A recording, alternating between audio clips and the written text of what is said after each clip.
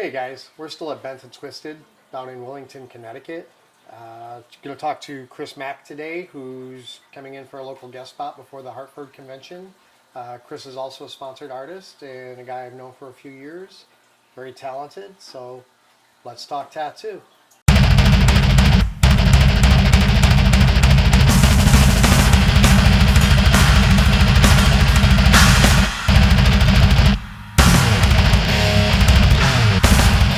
Okay, Chris, we've known each other for a few years now, and I know a little bit about you, but why don't you tell the folks at home, man, when did you start tattooing? Started tattooing, I was probably about 15 years old in my buddy's basement. I had ran away from home at the time, and so we were downstairs, and they had like a homemade machine. I checked it out for a little bit. I ended up going to jail that night, and so I kind of like drew an image of what they had in the basement, and when I got out I made one. So that's really how I got started. So you studied up before going to prison. Right. All right, man. Way to put the energy into it. Well, I wanted to be successful. Excellent, man. That's it. Right. That's how we get to where we're at, man. It's drive. Right. Cool. So when did you start tattooing professionally? Professionally, I would say it was 2006. There was a shop in the next town over, because the town I lived in, they had rules against tattooing. But the next town over you could tattoo in. There was a job opening. I went out there and applied. Probably called them 30 times in order to get in the door. They let me in, and then fortunately it was a buddy of my son's mom. He had seen lots of my drawings and stuff, so I think I did pretty poorly on my interview, but because he knew that I was a good artist, he let me in, and that's where I first got my start. Yeah. Just saw there was a good And then shortly after I got there, everyone quit, so I was the only one there. I didn't really have anyone to learn from or anything, but that's where I got my start. Okay, so at what point did you start to learn from other artists and, develop a style, a technique, and better habits? I would say it's probably been more recently, within the last 5 or 6 years. I've been going to shows and learning from other artists. The town that I'm from, they didn't really have much in the way of professionality. They didn't have real shops to go to. You had people that were just tattooing out of their basements and stuff like that, but there was really nothing to learn from. So I did most of my research online. I did books if I could find them. I had spoke to anybody I could. Did whatever I could to get to the point that I'm at now, and I'm still learning all the time. We're all still learning, man. That's just part of it. So you're relatively self-taught. Just it happens a lot in our business where people get put in a mediocre to poor shop, and they're expected to just go in, generate money for the owners, and fend for yourself. I mean, in my position, that's the way it was. There weren't any quality people to learn from. Wisconsin had pretty tough rules against tattooing, and none of the cities or towns were allowed to tattoo. So anything you could learn from was like gold, and so you took any chance you could. Right. No, I hear you there. How many shops did you work for before you went out on your own? Two. I worked at a shop. It was called Borderline. It was on the border of the Wisconsin-Illinois line right there. And so I worked there for maybe 3 weeks, but it was pretty disgusting. 3 weeks? 3 weeks. So you had tenure? Yeah.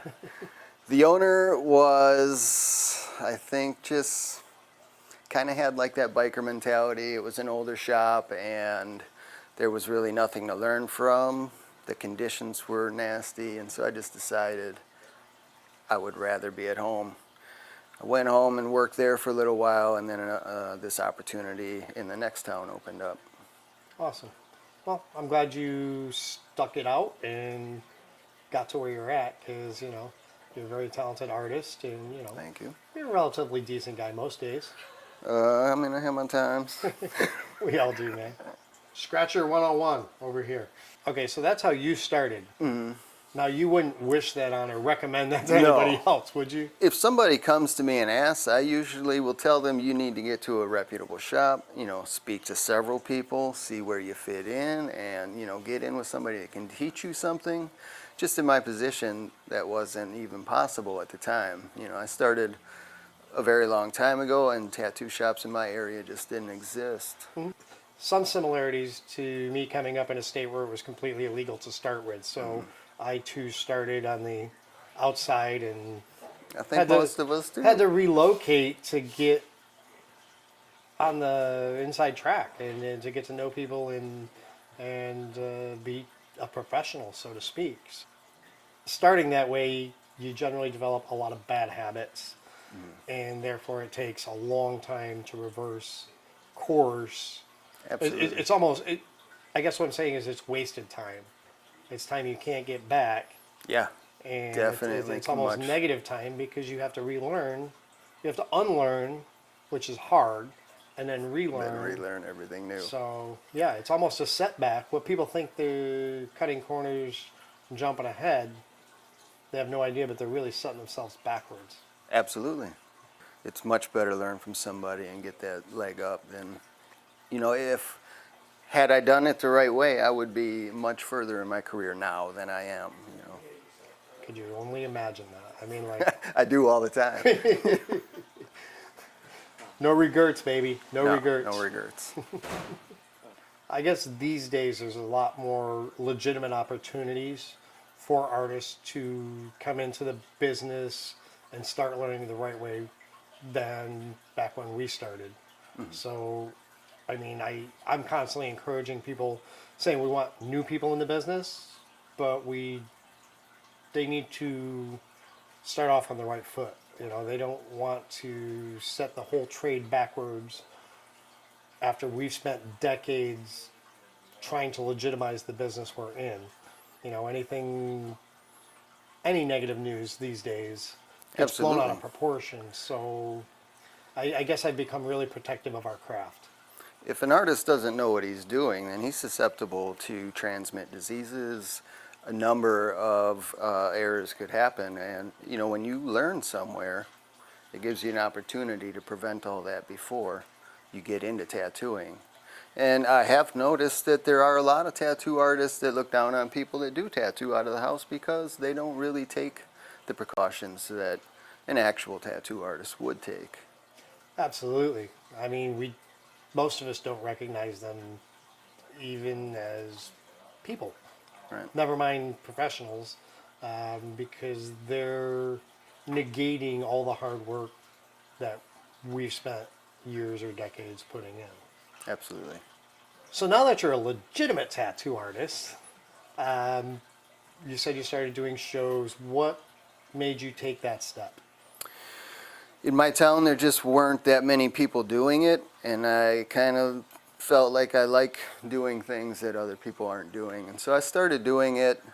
Plus, my wife was getting into doing an aerial performance, and it was kind of like the perfect showcase for her as well. So we were able to do a little bit of traveling. She was able to perform. I was able to work, and it just worked out well for both of us that we could get those opportunities together. And you got to meet an awful lot of people. A lot of awesome people and a lot of not so awesome people. But, I mean, at least there I've made friendships. In my town, very difficult. So the shows have been beneficial in making a lot of, networking. Networking, just social interaction, not to mention developing, learning from everybody, new techniques or styles, and exposure to other people's art is, And learning good habits, as we were talking about. good habits. Let's refer to it as learning what not to do. That's what happens when you when you expose yourself to other things rather than learn on your own. So what style of tattooing do you typically like to do? What is Chris Mack's thing? I like to do realism. I like to get things as real as possible. I like to kind of add as much dimension as I can. I also like to do biomech and some surrealistic types of stuff. I just love to tattoo, but realism is kind of what I steer most towards. Okay, so you prefer to replicate things out there as good as possible, or do you, what about original artwork? What, as an artist for just drawing or painting or whatnot? If I'm just designing, I like to do biomic. I like to do surrealism stuff. I'm not like an artist that has a lot of stuff to say. I just like things that kind of look cool, and so I play around a lot with different textures and just different techniques and stuff like that. Okay, more or less just what's visually appealing rather Yeah. than having, a story behind it. Right, right. I don't really care about the story. I really care about just the look of the design. Are you still using coils? Or are you in the Rotary group? I've been using Rotary probably 5 or 6 years now. Started with Neotats, and I didn't know if I was really going to like it or not, and so I bought one. I think I was at the Chicago show. I only used it for lining because I was having issues lining with a coil machine just because there's so many different variables. So I only used it for lining, and then it was like perfect, and I didn't have a bunch of setup. I didn't have to set up several machines to do one function. So it seemed like the perfect transition, and I figured, well, if I'm doing so well lining, why not try using it as a shader? So I did that, and as soon as I did that, I never picked up another coil machine. That's sort of crazy because that's about the opposite effect that I had when I started with rotaries. I couldn't line to save my soul with them, or I could line with them, but I had to slow down to just pathetically slow in order to do a line. So for the longest time, I continued to line with coils and shade and color with rotaries. So, the road you took again is different than the norm. That's But usually the road I take. that's apparently what you do. Yeah, that's what I do. It just seemed like, when I was working with coil machines, I was never trained. So I really had no idea whether my coil machine was set up properly or not, and all I knew was whether the tattoo healed properly or whether it looked like crap, and so once I started using rotaries, it took out all those variables, and I didn't have to think about those anymore. In my tattoo, I could just focus on trying to perfect my craft instead of like trying to change things depending on whether this person has older skin or newer skin, or whether, it's just changing things was too difficult in between customers, and so the rotary seemed to be the simplest way. Coils are an art of their own as far as to maintaining them, tuning them, changing springs, getting them to run faster for lining and slower for shading. That's a whole different mystery that people aren't taught nowadays. And being self-taught, you probably didn't have, No. I mean, I assumed when you bought the machine, it came in the box ready to go, and I didn't realize like you had to, manipulate it a little bit in order to get it to run the way you wanted it to. And so the appeal for the rotaries to open the box and just put in a tube and use it was awesome. Yeah. Well, I like them strictly because I don't need to think about anything other than my art typically. Obviously, my needle depth and my angles and simple techniques, but I'm not wondering about whether, this needs a little more voltage, or it's getting a little warm in my hand, or it's starting to dog a little bit. All those variables are out the window. Yeah. And I can just focus on the art, Right. getting the colors where I want them, the lines where I want them. It's The more you take out that you're thinking about, the more you can just focus on what you need to do. absolutely. Obviously, you started off with needles on bars. When did you make the change into cartridges? It's probably about 4 years ago. When I was using Neotats, I just used on bars, and I still had that issue of having to set up several machines in order to accomplish one tattoo, and so the attraction of not needing that and being able to set up several cartridges and switch in and out of those was the biggest draw for me. It was just out of convenience. convenience. If you're traveling, you don't have to carry that much. But now, in making that switch, were there any problems, hiccups? What was your learning curve on that? I don't really think so. I think that it was a pretty smooth transition, and I really enjoyed not having to have 4 machines set up and have a bunch of clutter. You know, if you think about it in terms of I need to buy 4 quality machines to run these 4 liners, that's $1,600 or more that you didn't have to spend. You could have just bought 1 machine and some coils or some cartridges. Well, and health-wise, you have, at the same time, you're looking at, 4 times the potential for cross-contamination, everything else. Your workstation is less cluttered. It's just so many more benefits. Yeah, you're not turning around and knocking a machine off out on the floor and having to Yeah. take your gloves off and break out a whole new setup. And never mind if it was a coil machine and hit the floor, then that's a whole day lost. Then you got cracked tile too. That does happen. Yeah. That's happened to me a couple times. Commercial vinyl tile. That's what I had in my floor. So.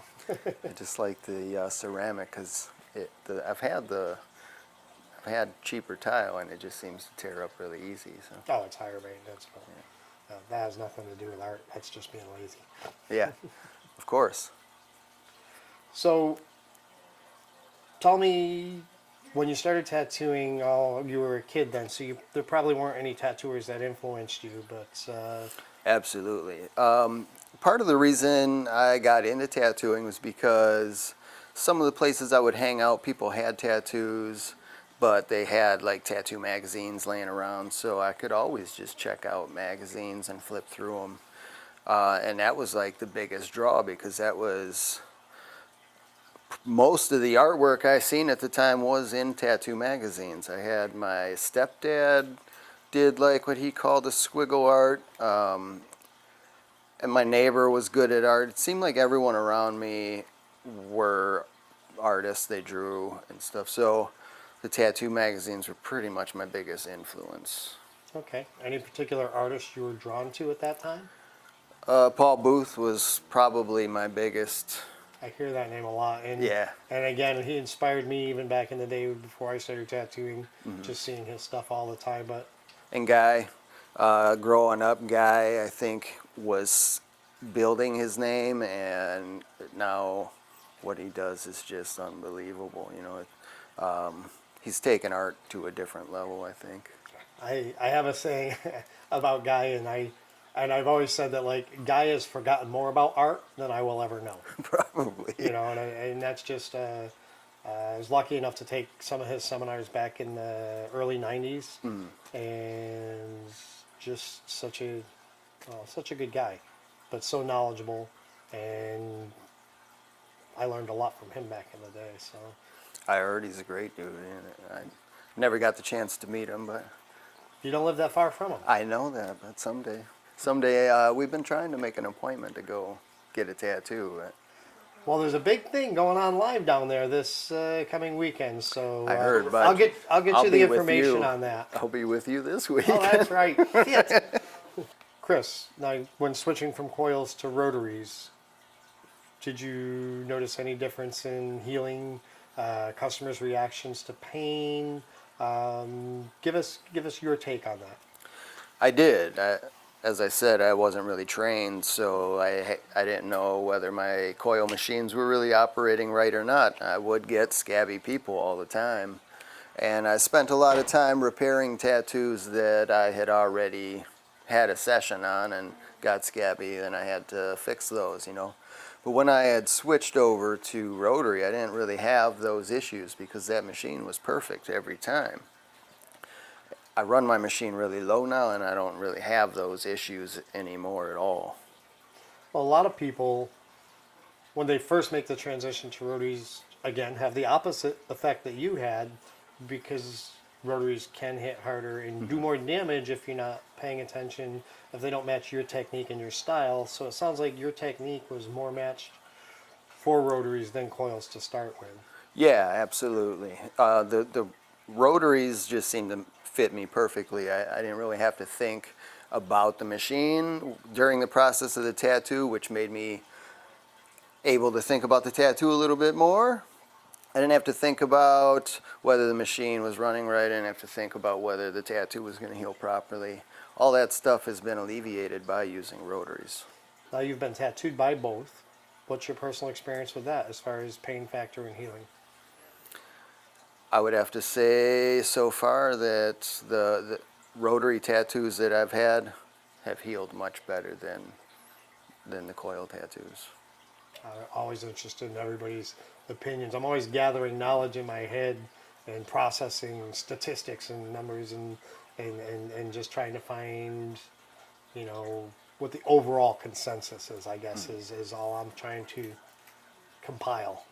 When I first got serious about tattooing, I bought my first machine was a coil machine, a Workhorse Irons pilot shader, and a Rusto shader that was for like smooth black and gray.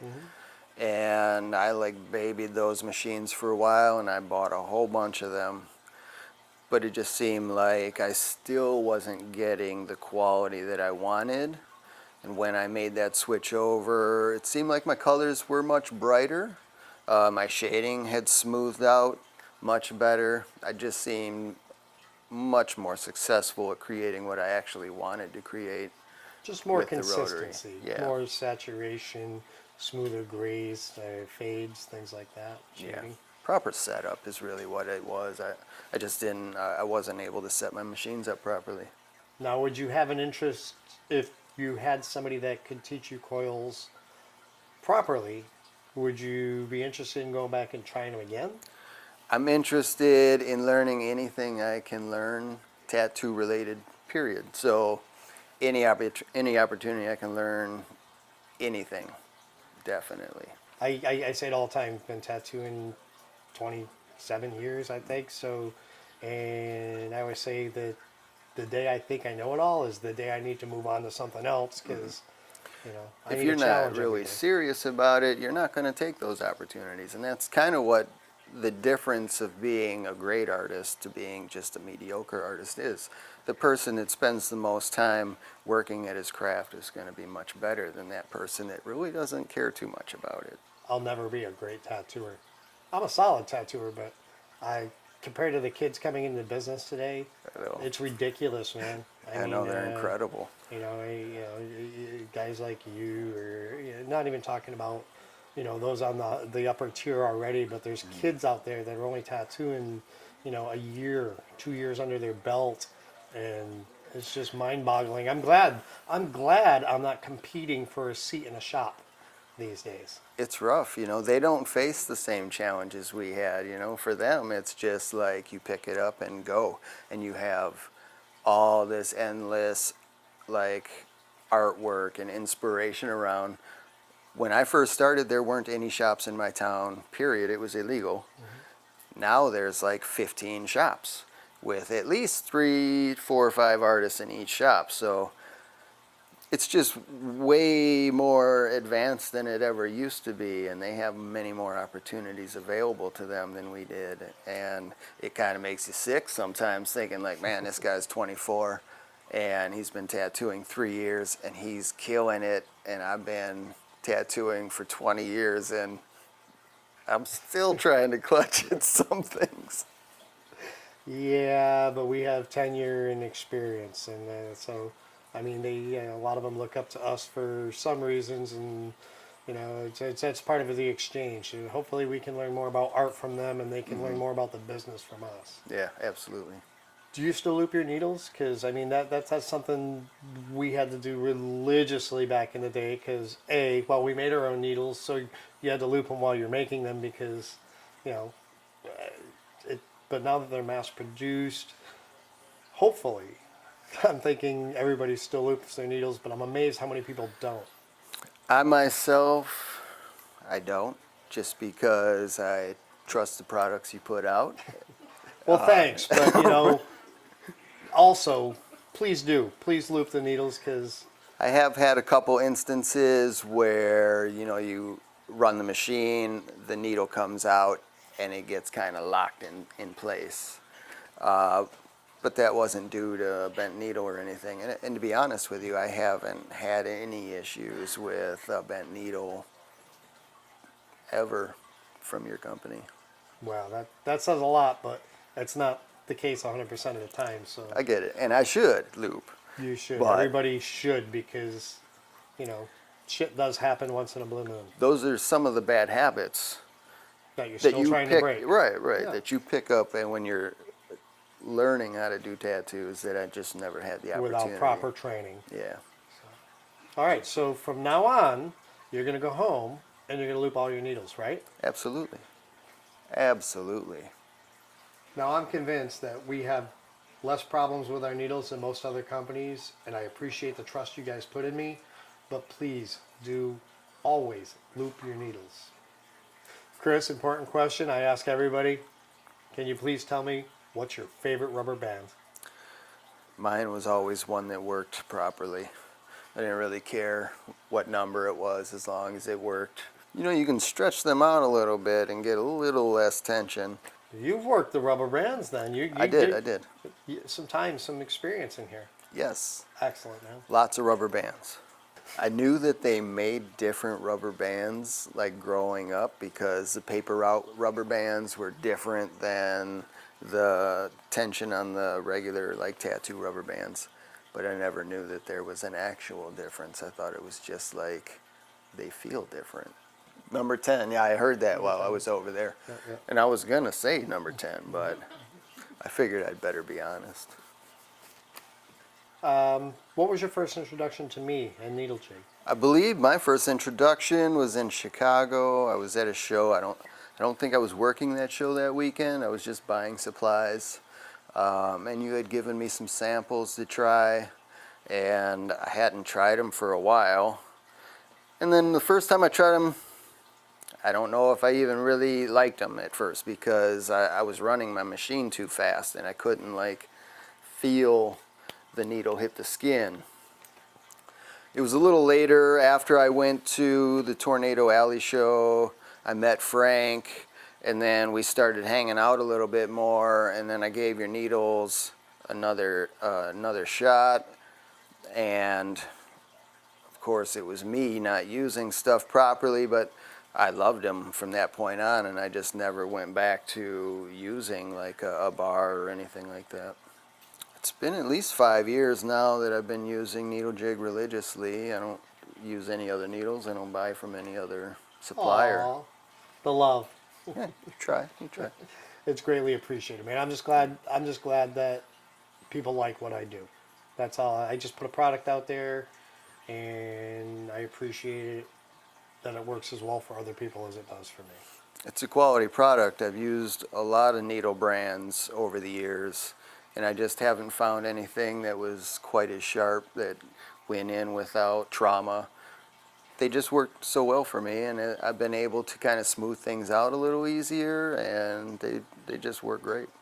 Okay, Chris, so you're a guy that didn't have it easy when you started. So what kind of tips would you give another tattooer or somebody who's interested in starting to tattoo? My first tip would be to get into a shop. Get somewhere where you're comfortable with people. They can show you how to use things properly. They can show you why things are done properly. They can give you tips on bettering your art and showing you a little bit of direction on how to take it a little more seriously. That was one of the benefits that the people growing up now have that I didn't have. I didn't have anyone to look up to, and I didn't have anyone to ask questions. So the people growing up now have that opportunity, and they should take full benefit of that. And how do you feel about companies that sell products to the general public? I mean, Needlejig only sells to professionals in a professional environment, and that's just my business plan, not pointing fingers towards anybody else, but what's your general feelings about that? Does that bother you? I mean, like me, you needed those people to start, but now that you're in the business, considered a professional, what are your feelings? The feelings is that anytime somebody that's untrained gets products that they don't know how to use, it always ends up in a disaster. I see people coming into the shop every day getting cover-ups and horrible scars and just stuff that really don't have to happen anymore. You have more opportunities than anybody ever did up to this point. And so shops that, or people that buy stuff from the internet, or shops that sell stuff off the internet, or don't care if you have a license or not, they're just promoting the crap that we've been trying to legitimize over the years, that it just prevents us even more from trying to make this an actual, skilled trade. And again, I don't frown upon people that want to get into the business because it's a great business. I love the opportunities I've been given. I just try and promote people to try and come into it the right way, operate safely, and you come in the right way, you have more opportunities. You're going to achieve a different level of success. That's how I try and look at it. Absolutely. I think that you're only kind of like creating blocks if you don't take those opportunities. In my personal opinion, growing up and trying to be a tattoo artist was super difficult because I just really didn't know how. I pretended until I made it, and We didn't have eBay and Amazon and you didn't have like the internet. I couldn't look up how do you do something on the internet. We didn't have that, didn't exist. Kids these days won't even understand that we No. actually had to go to a library, and there was nothing about tattooing in No, the you weren't going to library. learn anything in the library for tattooing other than they frown upon it. This is true. Chris, I know you're using cartridges now. Do you find a difference between my Legacy O-ring cartridges and my Dynasty membrane cartridges? Are you using both, or do you use just one over the other? I do use both. Sometimes in ordering, you run out of one product, and so comparable. They're both pretty much exactly the same needle and the same performance. And so it doesn't bother me whether it's a Legacy or whether it's a Dynasty. I started with Legacies, and so I'm very comfortable with them. And so usually I would order Legacy, but I like the Dynasty because I do use a pen type of machine, and I don't really have the availability of switching out tubes and stuff like that. And so the membrane just prevents that from having any issues. An added layer of protection. Yeah. You've been doing shows over the last few years. What would you say the biggest benefits are in traveling and doing the conventions? The biggest benefit for me is doing the networking. I mean, you're interviewing me at Frank DeMayo's shop in Connecticut. I'm from Wisconsin.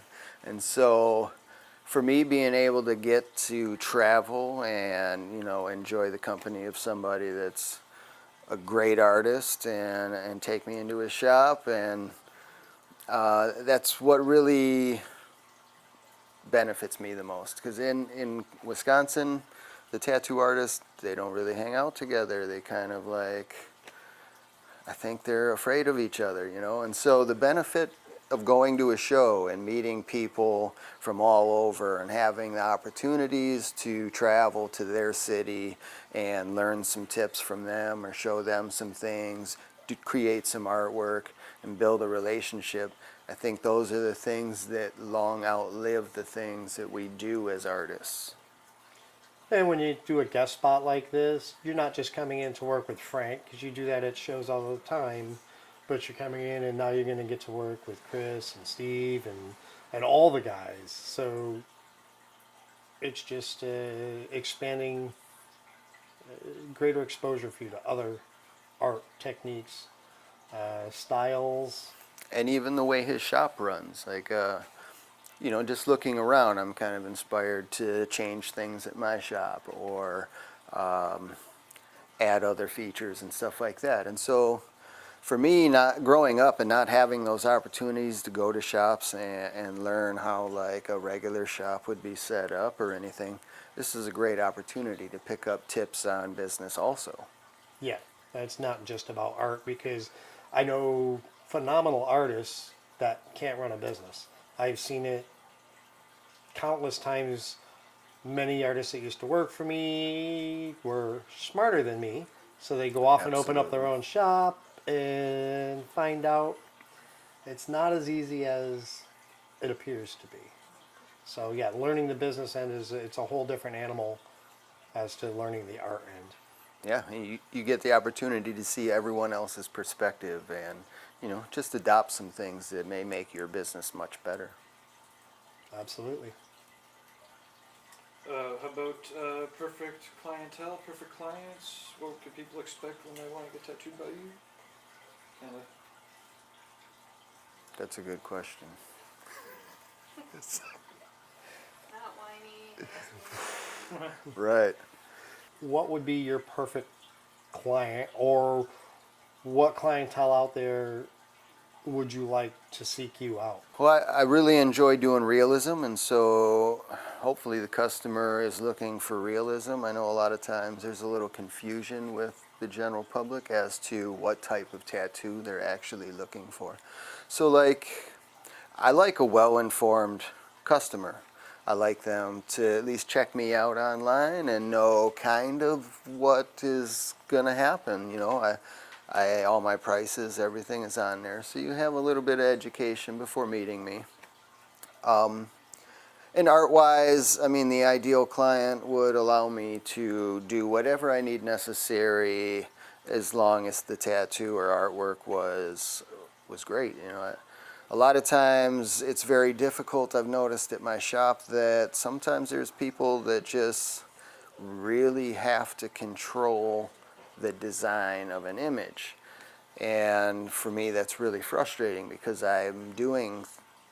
things are designed for a certain purpose. Like I can't just move this over here because then the lighting is all off, So the people that give you a little more freedom to design things, I think those tattoos end up turning out much better than people that really have to have that control in their tattoo.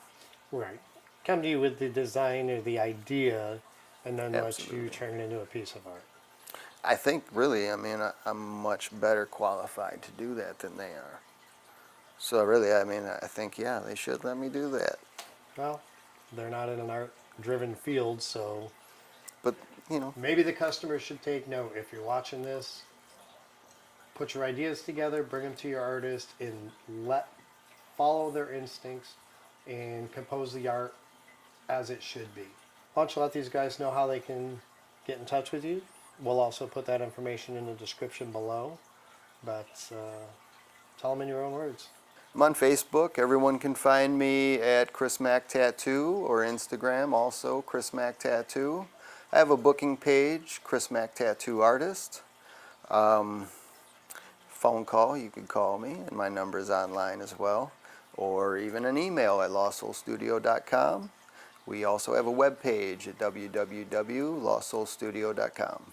Well, Chris, I really appreciate you taking the time to talk to me. It's always good to see you, and looking forward to hanging out even more this weekend, brother. Absolutely, I look forward to it. Thanks for bringing me on. Oh, sure. Want to snuggle a little? Sure. No. Come here. No. Come Get on. away from me. Get away. Get